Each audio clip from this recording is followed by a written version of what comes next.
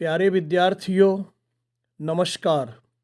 स्वागत है आपका आपके ही अपने YouTube चैनल संस्कृतानुराग पर।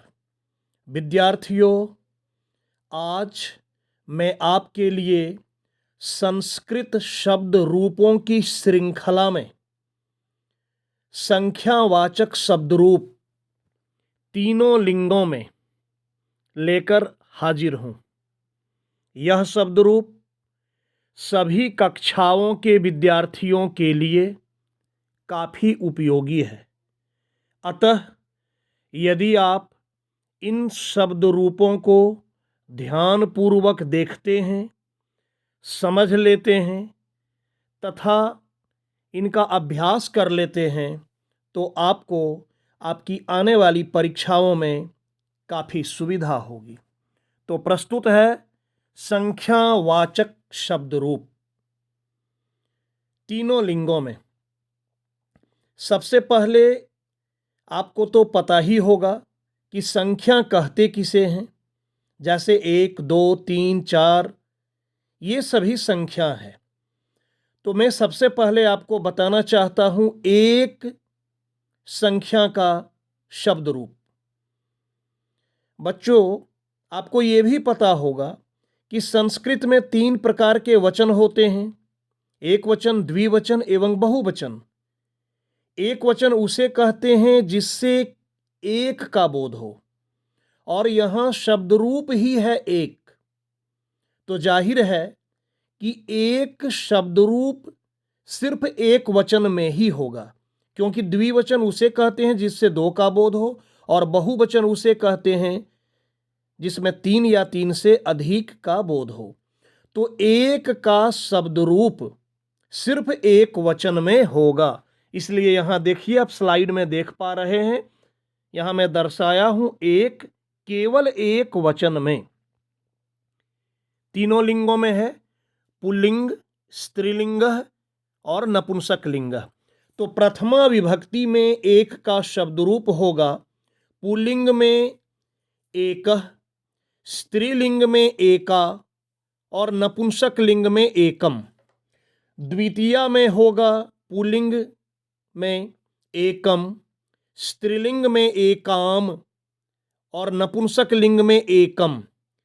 तृतीया के पुल्लिंग में होगा एकेन, स्त्रीलिंग में होगा एकया और नपुंसक लिंग में होगा एकेन, अर्थात पुल्लिंग वाला ही होगा। चतुर्थी विभक्ति में होगा पुल्लिंग में एकस्मय, स्त्रीलिंग में होगा एकस्यै और नपुंसक लिंग में पुल्लिंग वाला ही होगा एकस्मय। पंचमी के पुल्लिंग में होगा एकस्मात्, स्त्रीलिंग में होगा एकस्याः और नपुंसक लिंग में पुल्लिंग वाला ही एकस्मात्। षष्ठी के पुल्लिंग में एकस्य, स्त्रीलिंग में एकस्याः और नपुंसक लिंग में वही पुल्लिंग वाला एकस्य। सप्तमी के पुल्लिंग में एकस्मिन्, स्त्रीलिंग में एकस्याम और नपुंसक लिंग में पुल्लिंग वाला ही होगा एकस्मिन्। तो यहां आप देखिए, पुल्लिंग में प्रथमा में होता है एकः और नपुंसक लिंग में एकम। पुल्लिंग के द्वितीया में एकम, नपुंसक लिंग में एकम। शेष तृतीया से लेकर सप्तमी तक जो होता है पुल्लिंग में वही होता है नपुंसक लिंग में। आपको नपुंसक लिंग का अलग से याद करने की जरूरत नहीं है। सिर्फ प्रथमा का नपुंसक लिंग अलग होता है, एकम होता है। उसके बाद द्वितीया से लेकर सप्तमी तक नपुंसक लिंग का वही होता है जो पुल्लिंग का होता है। अब आइए द्वि शब्द रूप को देखते हैं। द्वि, तो जैसा कि मैंने आपको अभी बताया कि एक शब्द रूप होगा सिर्फ एक वचन में, क्योंकि एक से एक का बोध होता है। तो उसी प्रकार द्वि का अर्थ हुआ दो। तो द्वि शब्द रूप केवल द्विवचन में ही होगा। क्योंकि इससे दो का बोध होता है। तो देखिए द्विशब्द रूप, प्रथमा विभक्ति के पुल्लिंग में होगा द्वौ, स्त्रीलिंग में होगा द्वे और नपुंसक लिंग में भी होगा द्वे। द्वितीया के पुल्लिंग में होगा द्वौ, स्त्रीलिंग में द्वे, नपुंसक लिंग में द्वे। तृतीया के पुल्लिंग में द्वाभ्याम, स्त्रीलिंग में द्वाभ्याम, नपुंसक लिंग में भी द्वाभ्याम। चतुर्थी के पुल्लिंग में द्वाभ्याम, चतुर्थी के स्त्रीलिंग में द्वाभ्याम, नपुंसक लिंग में भी द्वाभ्याम। पंचमी के पुल्लिंग में द्वाभ्याम, स्त्रीलिंग में द्वाभ्याम और नपुंसक लिंग में भी द्वाभ्याम। षष्ठी के पुल्लिंग में द्वयोः, स्त्रीलिंग में द्वयोः, नपुंसक लिंग में द्वयोः।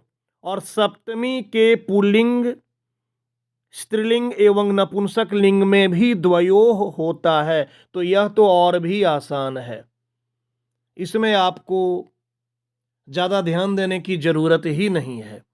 प्रथमा में हो गया पुल्लिंग में द्वौ और स्त्रीलिंग और नपुंसक लिंग में हो गया द्वे, दोनों में। शेष यदि आप तृतीया से देखें तो जो पुल्लिंग में होता है वही स्त्रीलिंग में होता है, वही नपुंसक लिंग में होता है, तीनों में एक समान होता है। देखिए तृतीया में द्वाभ्याम द्वाभ्याम द्वाभ्याम, चतुर्थी में भी वही है, पंचमी में भी वही है और षष्ठी और सप्तमी में द्वयोः, तीनों लिंगों में। अब देखिए त्रिशब्द रूप, तो त्रि का अर्थ होता है तीन, तीन अर्थात बहुवचन, क्योंकि बहुवचन उसे कहते हैं जिसमें तीन या तीन से अधिक का बोध हो। तो तीन या त्रि शब्द रूप सिर्फ बहुवचन में होगा। इसका देखिए प्रथमा विभक्ति में होगा त्रयः, स्त्रीलिंग में तिस्रः, नपुंसक लिंग में त्रीणि, द्वितीया में त्रीन, द्वितीया में किसमें, तो पुल्लिंग में, स्त्रीलिंग में तिस्रः, नपुंसक लिंग में त्रीणि, तृतीया के पुल्लिंग में त्रिभिः, स्त्रीलिंग में तिस्रिभिः, नपुंसक लिंग में त्रिभिः, चतुर्थी के पुल्लिंग में त्रिभ्यः, स्त्रीलिंग में तिस्रिभ्यः और नपुंसक लिंग में त्रिभ्यः। पंचमी के पुल्लिंग में त्रिभ्यः, स्त्रीलिंग में तिस्रिभ्यः, नपुंसक लिंग में त्रिभ्यः। षष्ठी के पुल्लिंग में त्रयाणाम, स्त्रीलिंग में तिस्रीणाम, नपुंसक लिंग में त्रयाणाम। और सप्तमी के पुल्लिंग में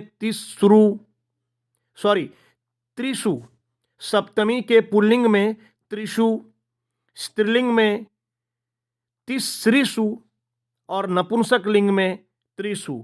यह भी आसान है, बहुत सारी समानताएं हैं, आपको बहुत ज़्यादा याद करने की ज़रूरत नहीं है। तो आप ध्यान से यदि देखेंगे, समझने का प्रयत्न करेंगे तो आपको बहुत आसान लगेगा।